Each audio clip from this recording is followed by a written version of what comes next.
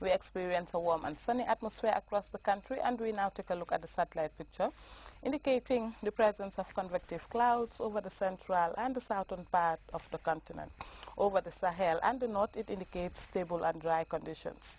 For the forecast tonight, we'll be expecting a relatively cool and dry condition to prevail over the entire country, whilst during the early hours tomorrow, we'll be expecting a relatively cool and dry atmosphere to prevail, becoming warm and sunny thereafter. Light to moderate northerly breeze will dominate the flow over the entire country, which will be about 10 to 20 kilometers per hour. Morning temperatures will vary between 19 and 21 degrees Celsius, whilst afternoon temperatures will vary between 33 and 42 degrees Celsius. For those going to sea, we'll be expecting a low tide of 0.3 meters at 1:52 a.m. and also 0.3 meters at 2:03 p.m. For the high tide, we'll be expecting 1.6 meters at 8:21 a.m. and also 1.8 meters at 8:42 p.m. Wave heights will vary between 1 to 2 meters high, slight to moderate southeasterly swells. The sun will rise at 7:17 and will set at 19:15. Thanks for being a part of today's broadcast, and do have a wonderful women's celebrations. Well, thank you very much, Hadi. Before we go, reminder of our headlines. Delegates from within the sub-region have converged on Banjul for a high-level forum seeking to revitalize cross-border languages for inter-regional dialogue, knowledge promotion, and social cohesion. A Norwegian charity called Sharonir Foundation has reached out to 50 school children in the Gambia with a substantial cash donation towards their education pursuit. International Women's Day celebrations in India were characterized by a series of angry demonstrations calling on the Delhi government to tighten the nose on the contagion of sexual abuse against women and girls. And 30 world leaders Friday joined the people of Venezuela to pay their last respect to the late revolutionary leader Hugo Chavez. That's all in the news. Thank you very much for your time, and happy Women's Day to every woman in the Gambia. Have a very good weekend.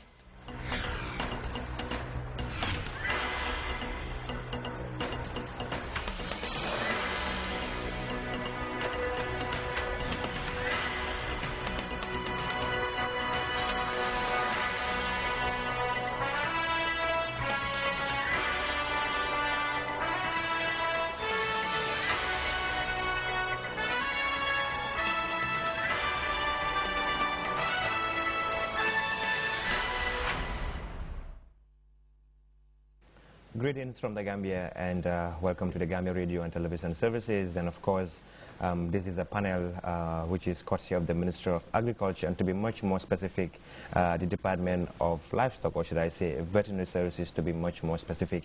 Of course, today with me on my right, I have Dr. Dafe, who is the Director of Veterinary Services, as well as the National Coordinator of this CBPP vaccination campaign. Dr. Dafe, you're welcome to this panel.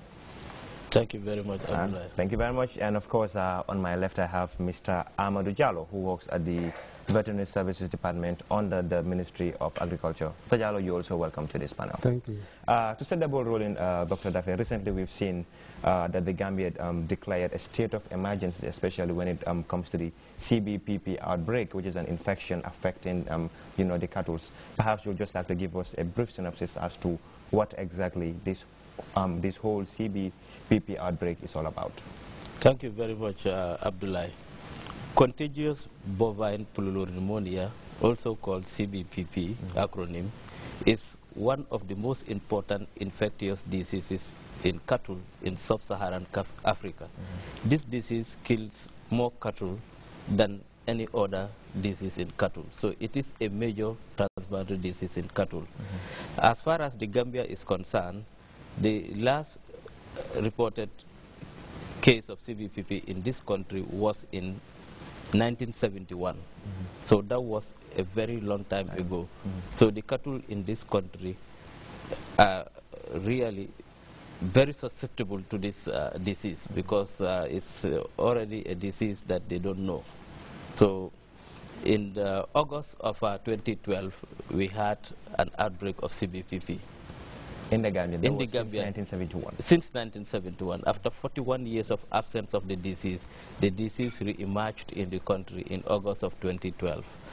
And samples were taken and analyzed at reference laboratory, and it was confirmed to be contagious bovine pneumonia. The government of the Gambia took this very seriously and invited a team from FAO Rome, the Crisis Management Center, CMC.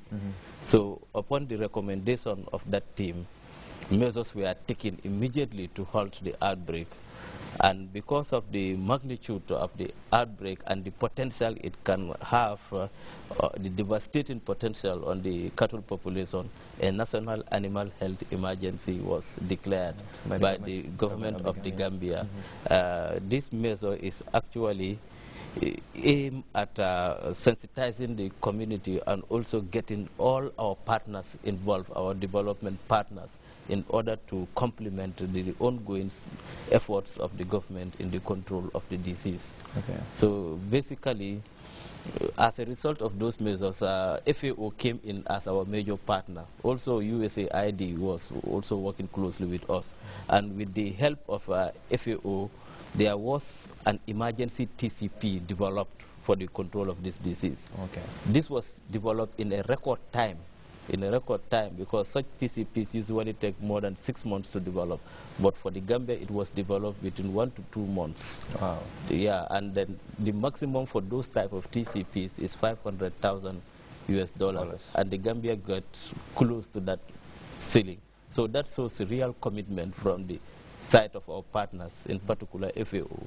And I would like to take this opportunity here to thank FAO, the country representative, Dr. Babagana Amadou. He is a colleague, he is a veterinary doctor by profession, and he understood the implications of CBPP in the economy of a country. Yeah, I think so that contributed, have been very, very influential. Exactly. Since the Gambia had the CBPP outbreak. And just to move to Mr. Amadou Jallow, you work at the Veterinary Services of the Gambia, and Dr. Dafe made mention of the fact that when the outbreak happened, the Gambia declared a state of emergency, especially when it comes to the CBPP infection. I'm sure you must have had response, from farmers, especially those who have, their livestock dying. Just want to know, at the own level of the veterinary services, what were some of the measures put in place in ensuring that the epidemic does not spread vigorously? Okay, Jarama Ablay. Yes, in fuller, please. Jarama Ablay. No haalirani ko noon mo jangaro jope ndew ari e saare veterinary liggorde amen nde veterinary min immino min jahi nde saare nde leydi e komin yahi min haaldi e jargaɓe hewɓe mi yahi kadi ka nayiji maɓɓe ka wuroji maɓɓe nde ɗum ɗon noon mi yino to nayi buy fawaɗe especially sengo ñamina to nayi affaire o ko toon funtiri dal ko toon fuɗɗori ɗum ɗon noon nde waɗi minen hoore amen min jonnunoɓe luwaji ɗi ngannduɗa ko ɗum ɓe foti wadde go o woni si tawi ɓe yi nagge nge annduɗa nge wuro maɓe nagge nge sella no nge fofirtani moƴƴani si nge yaadi nayɗi kadi wuro ngo ko kange heddoto ɓawo si nge yi ɗo annduɗa lekkino ɗon nge yaha ka ley lekki biko ɗi dogayno nangue nge ɗum ɗon fof yoɓe hollumen yoɓe haalanmin miko minen kala ɗo jaaɗa nde saare bo ɗon toon heeɓi liggotoɓe ɓen ɗon ne ɓe foftanoki ñande fof ɓe naata e nde wuroli e ɓeɗi daara ko nde ɗum ɗon noon nde min jii ɗum noon min ƴefti komin wiyta ko sample woni ƴeftugo jiijame nayi min nawa ɗum ka machine aji to ɗin machine aji noon holli men wondenamne ɗum ɗo ko janngaro jope nde ɗum ɗon noon woni janngaro jopo mi haalani laamu ngu laamu ngu ne ko waɗi woni haalango saare nde fof wonde nde janngaro jope armaɗo janngaro ngo annduɗa ngo wayri ɗo duuɓi 40 e goɗɗum doori arde ɗo joni ngo janngaro noon ko addata ko nder Gambia fof woni dargo Gambia no wayi ni joni aɗa andi enen ko cae kewɗe kuuri men so cae ndar wayɗe no Mali cae wayɗe no Sénégal keddiɗe ɗen te enen e maaɓe ko enen jaadata naydi ɓen kañƴi jaadata no jaadirten ni e maaɓe ko noon naydi kadi jaadata isi ɗum wonno janngaro mo ngannduɗa dal o alano ɗo o wayrim ɗo to janngaro o arti joni noon minen ne mboɗon dari dal pour wadde kala ko ngannduɗa ko ɗum min foti wadde pour ittugo ɗe janngaro joni ni mboɗon ngara pour pengude naydi fof nder saare nder Gambia min fuɗɗima o pengu jonte ɗiɗi yawtude te nder ɗe jonte ɗiɗi nayi cappa ujune